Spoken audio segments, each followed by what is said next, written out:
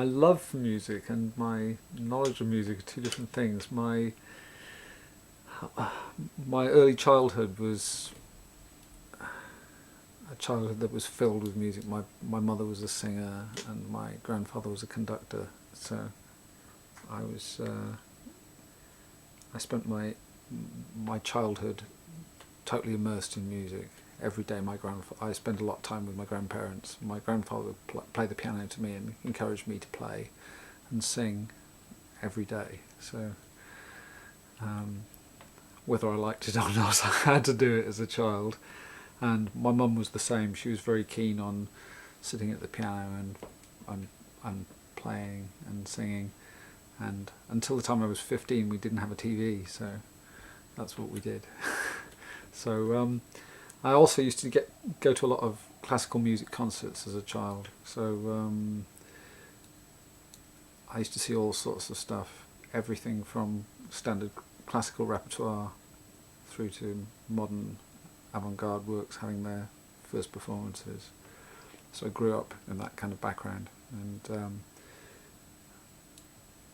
I wasn't allowed to listen to pop music, and the only pop music I ever heard was the pop music that my mum's cleaning lady used to play when my parents were out. So I kind of got a secret desire for the Beatles and other stuff that was around at that time. So yeah, so the Beatles and Motown were things I listened to secretly, and the rest of the time it was Mozart and Beethoven and Bach. And then later on I got to appreciate things like Messiaen and Stravinsky, and not that my parents liked those either, but I got to like all that kind of stuff too.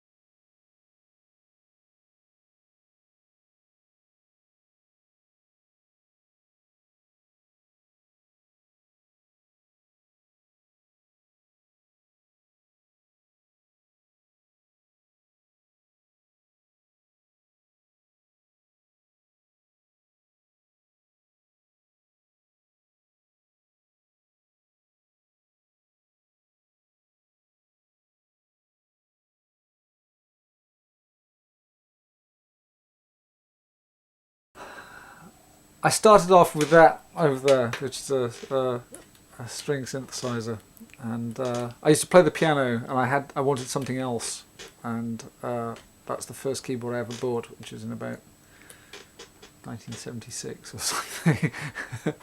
And I suppose in those days, the kind of icons of the music business were people like Keith Emerson and Rick Wakeman and other such people who are frowned upon these days, and they always had lots of keyboards, so I thought I had to have lots of keyboards too. And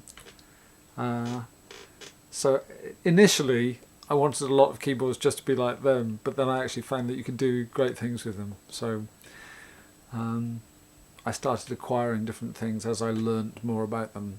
I was quite lucky in that time, in that I used to spend a lot of time actually learning how to program and learning, because when you don't have much money and you kind of learn, you get a new keyboard and you have to kind of get everything out of it because that's the only thing you've got.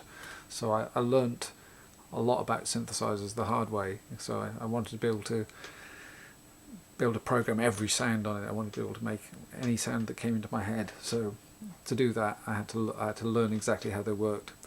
But when you reach the limitations of one, you feel you need to get something else then. And if you've got a vague interest in technology, which I have, you soon find out what's available and what will do the thing that you can't do at the moment, and you move on to that.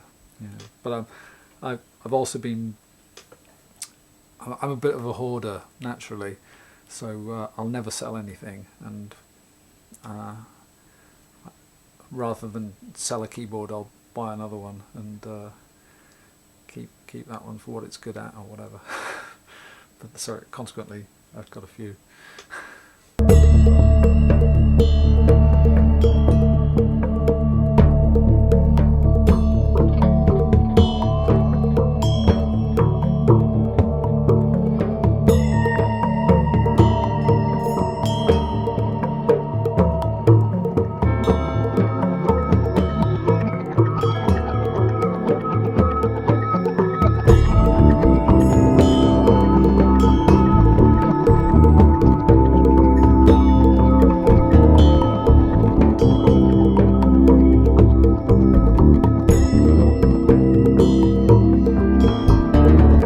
I'm not a computer-minded person at all. Although I sit in front of a computer for hours every day recording, it's a means to an end to me. I don't enjoy computers. I enjoy hardware, and that's what I try and stick with. I find software dull. It's, although it'll do some amazing things, and you know, given the choice of going back to working on tape or sticking with a computer, I will always stick with the computer because of the freedom it affords me, and the convenience. You know, it's just amazing. The things that you can do now that you couldn't do 5 years ago. You know, just I can have limitless amounts of tracks on my multi-track recorder with crystal clear, you know, audio and no tape hiss, and although it doesn't sound like tape, which is a bit of a pain, you can, if you know what you're doing, you can make it sound like tape or close to tape, which is my ideal. But I like a lot the advantages of the digital editing give me, and yeah, it's a great medium.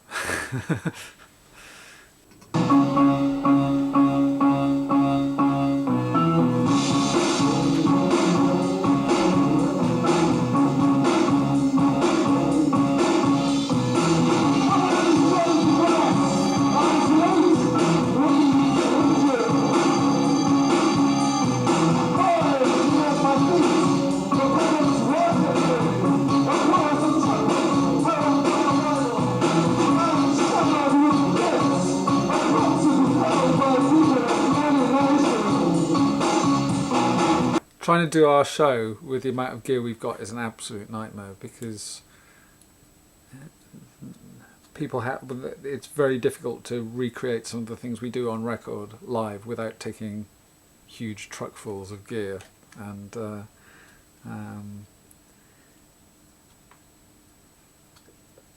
playing small venues, flying to foreign countries. A lot of this stuff we've got isn't rentable. You can't rent the same thing in New York or Barcelona or any of these places. It's very rare and it's not rentable. So unfortunately it means that we can't play some of the more adventurous things we'd like to be able to do. So everything tends to get dumbed down a bit, but we still try and do as close to the, you know, the record as possible, but with you know, more basic equipment.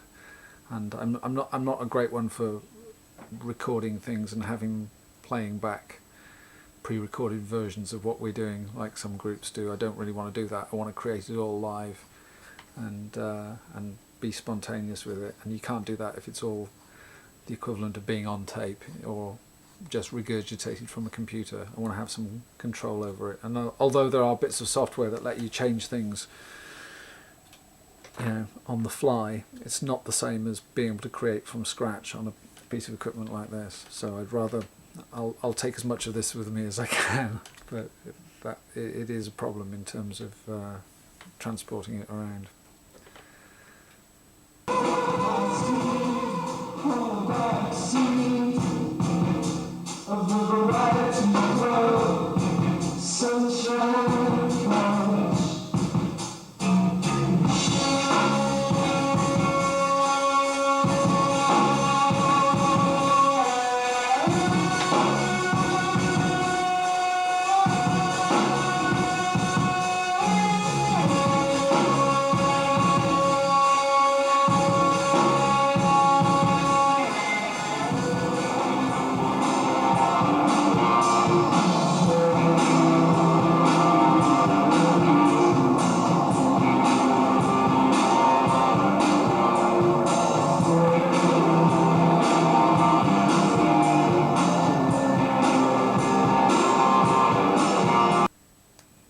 to me all music's the same, whether it's a 3-minute pop song or it's a rambling piece that lasts 45 minutes.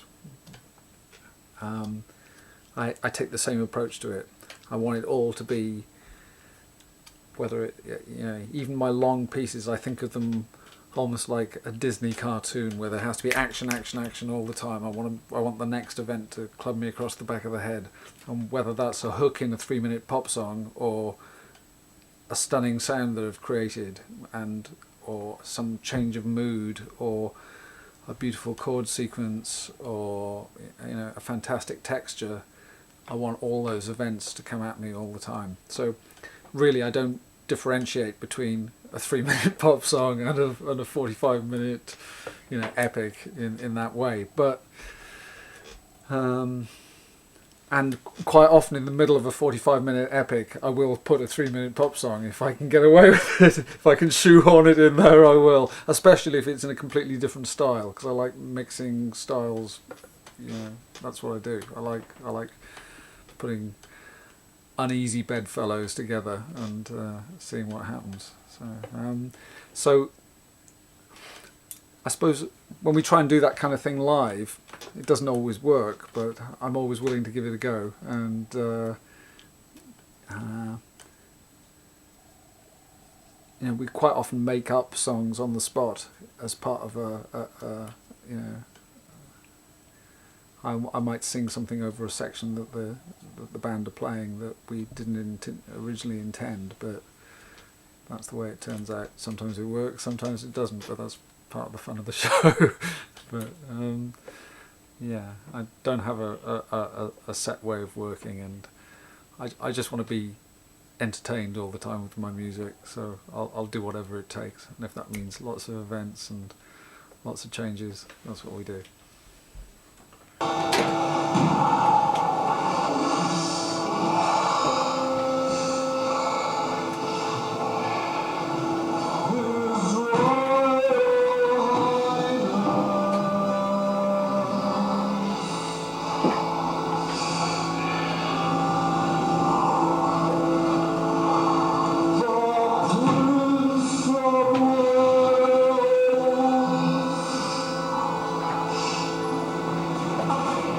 There's a big difference between playing with Spiritualized, supporting Radiohead, and playing to 25,000 people than walking into a club in London and playing to 50 people or 100 people and having, you know, less than warm reception. But yeah, I've been in the business long enough to know the difference, and I know that nothing comes without a lot of hard work, and I don't mind doing the hard work. And if that means playing to 50 people and a dog, well, so be it. I don't mind doing that. I still want to. I've learned a lot by being in successful groups, and I know I think I've learned a lot about what it takes to put on a good show. So I try and incorporate all those things into my shows. And admittedly, I might not have the budget to do it sometimes, but you know, when the budget's there, I'll make the most of it and you know, create a spectacle. I think that's what people want to be entertained, and you know, I think it's very important to entertain people, and at any cost.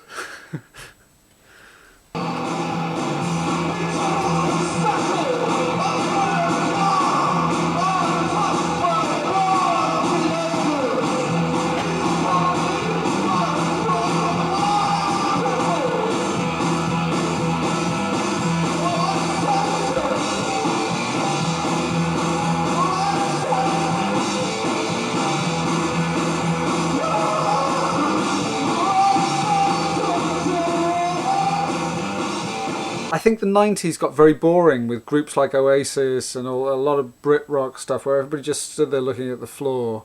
And even before that, I mean, you know, groups like Echo and the Bunnymen, they didn't look great.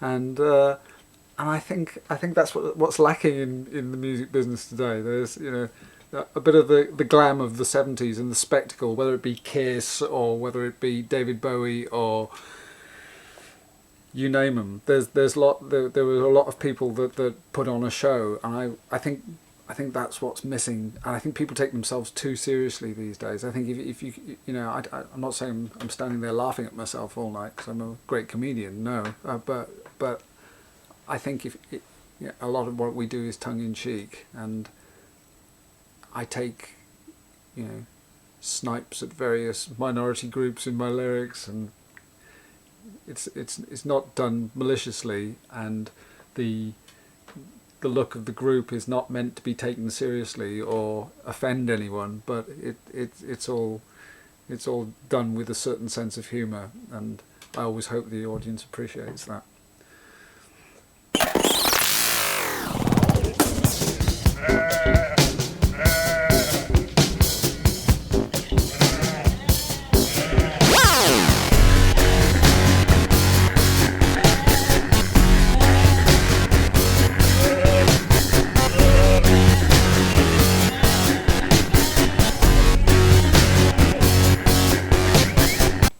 I'd much rather be playing my stuff than anybody else's, but that doesn't mean to say I don't enjoy playing other people's stuff. There's a certain discipline in having to play other people's music that I enjoy, whether it be spiritualized and playing 2 chords all night, or being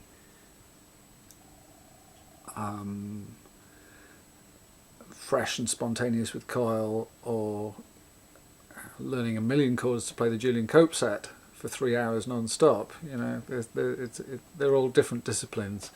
When I do my own set, I have to be the front man, and I have to encourage everybody else to play the 1,000,000 chords and look happy while they're playing it. But it's a different discipline.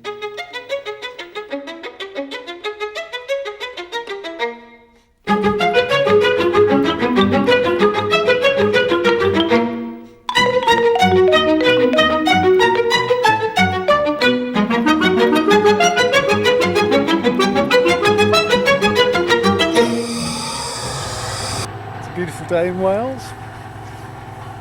What's the weather like in here usually? Tell me, like. Okay. It's usually, you can't see a thing, right? We're about 1,000 feet above sea level here, so today it's really nice. It's quite sunny for October. What are we in now? November. It's amazing. Blue sky for once. Normally we're completely shrouded in cloud. You can't see anything. You can't even see the trees at the bottom of the field here, and all the cloud rolls in this way from the south up the valley, and you're in it then for days. And it's usually raining and really wet, and sometimes it's very windy here too. So, miserable most of the time, but today it's great. I've learned that not everything on record translates to playing live. I mean, recently we've tried to do a bit of my new album, Double Volga 2, which sounds great on record, and you'd think it'd be the easiest thing in the world to play it live, because it's a kind of band thing, and we're all singing and playing, and it's all very easy. But unfortunately, it's proved a little more difficult to make it feel great. I think because a lot of what we do on record is spontaneous, and we do it on the day, and we put it together at that moment, so certain kind of feels and grooves develop, and everybody's very comfortable with that. Recreating the essence of that is sometimes impossible with perhaps a different set of musicians or different instruments, different circumstances. It doesn't always gel in the same way, and that's the problem we've been having with some of it. So, but we don't agonize over things. I'm very restless when I've got a very short attention span. So if something doesn't work pretty much straight away, out the door, we'll get on with the next idea. I don't lose sleep over that kind of thing. But I suppose the other thing I've learned is, which I suppose you don't ever realise when you're in somebody else's band, but you have to be tremendously diplomatic when dealing with your peers, and I can be verging on being a dictator at times, but it's only because I want to get my own way, and I want to encourage people to be as enthusiastic as myself, which is not always easy. Wrestle me from the car and drag the weeping vagina over the trolley park.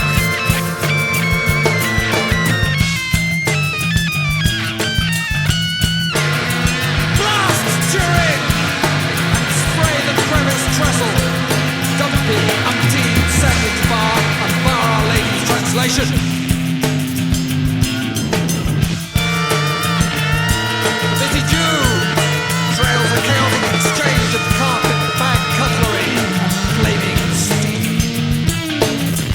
When I'm sitting in a studio and I'm engineering, it's a completely different thing to standing there with, you know, a keyboard or singing, and I just trust people are going to do a good job. If I usually walk around in the sound check and you pretty much get the measure of what the sound guy's like, but there's nothing much you can do about it. If he's not good, he's not good, or if he's a genius and he's going to do a good job for you, you just feel more confident. But I mean, I can't really lose sleep over that. It's beyond my control, so you know.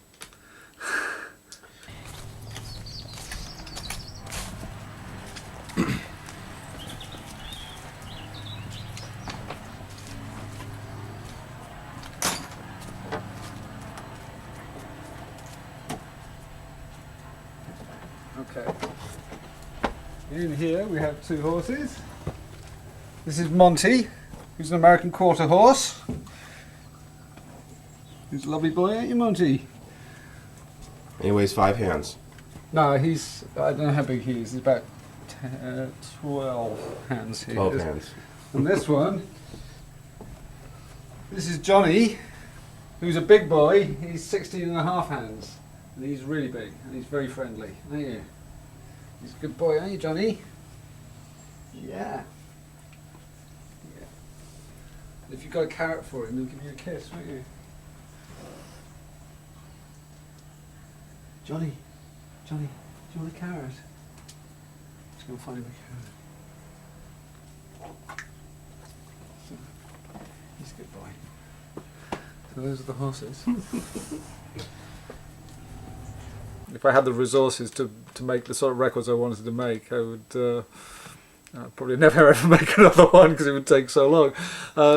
No, you know, there's a lot of things I'd love to be doing. I'd love to be working with more in. You know, well, the next album I'm going to make is going to be an orchestral album, so there's a lot of you know, things I want to explore in that direction, and make some music that might be perceived as being more serious, but is not really. But it's just a direction I want to go in for a while, and I'd also like to write an album of more or less pop songs. But you know, these two things can coexist. They don't have to be mutually exclusive.